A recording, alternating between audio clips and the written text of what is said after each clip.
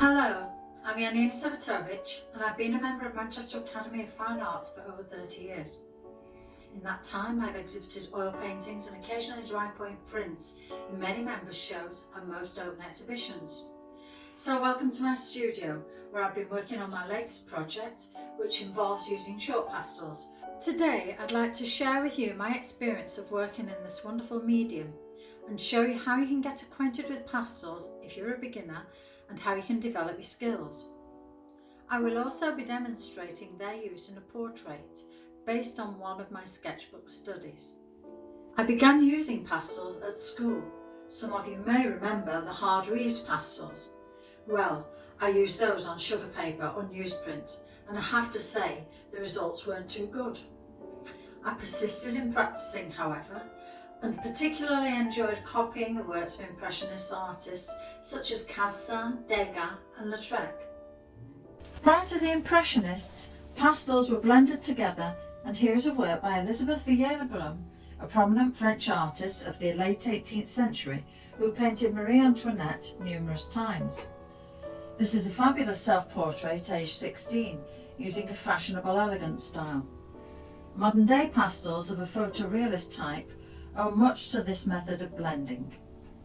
My technique reflects an impressionist, almost expressionist approach, as can be seen in the details of some of my own works. They are more freely executed with optically blended colour applied in a variety of strokes and marks, in addition to rendering reflected light and colour in shadow. I emphasise detail where it's needed. In the later 20th century and up to the present day, the abstract qualities of the medium are appreciated much more. For instance, using the side and point of the pastel in a dynamic manner blocks in areas far more quickly. The drawing is continued with loose strokes where the tones can be built up with directional hatching. Degas frequently used a downward stroke. The pleasure of using pastels for me is also a physical sensation, especially when it comes to working on particular areas such as hair and adding finishing touches. Here I have a variety of supports starting with printer paper which has very little tooth. Sugar and cartridge paper are acceptable, but these watercolour papers are more durable. I prefer specialist pastel paper or card with a tooth, which is what I'm currently working on. A sanded surface paper made for pastels can be used, though it does set my teeth on edge, so it's not for me. Experiment with marks and layering in a sugar paper scrapbook, then you won't be inhibited. When buying pastels, select a set which has at least 24 colours and choose the best you can afford. You don't need portrait or landscape sets because you can mix colours. If you like working in detail, you can acquire a small set of pastel pencils for marking out and touching up, such as these. A putty rubber or blue tack is good for lifting and removing areas of colour. A hard or a soft rubber should also be in your kit. You can use a colour shaper for blending and controlling the colour, and it comes with a variety of different tips. Ideally, don't use fingers, but buy a stump or make one from a rolled paper towel. And rather than buying wet wipes to clean off your hands if needed, use a damp tea towel. Use a soft fixative to fix your works as you go along. This will ensure that your colours don't become muddy and will allow you to build up a variety of effects. Your image will be bright and clear.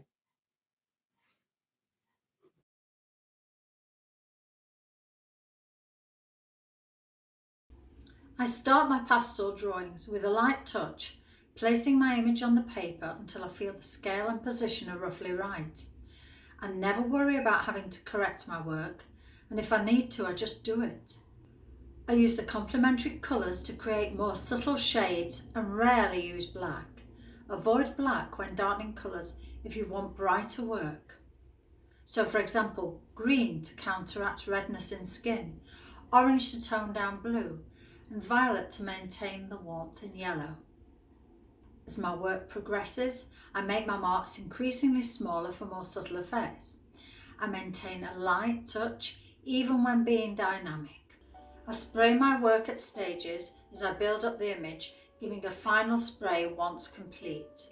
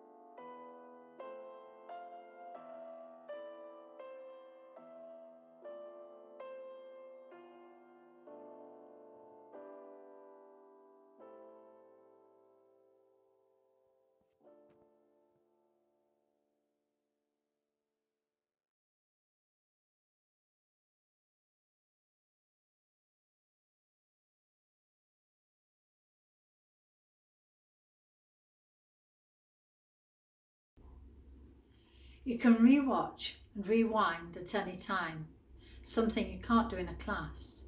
Enjoy discovering Pastel.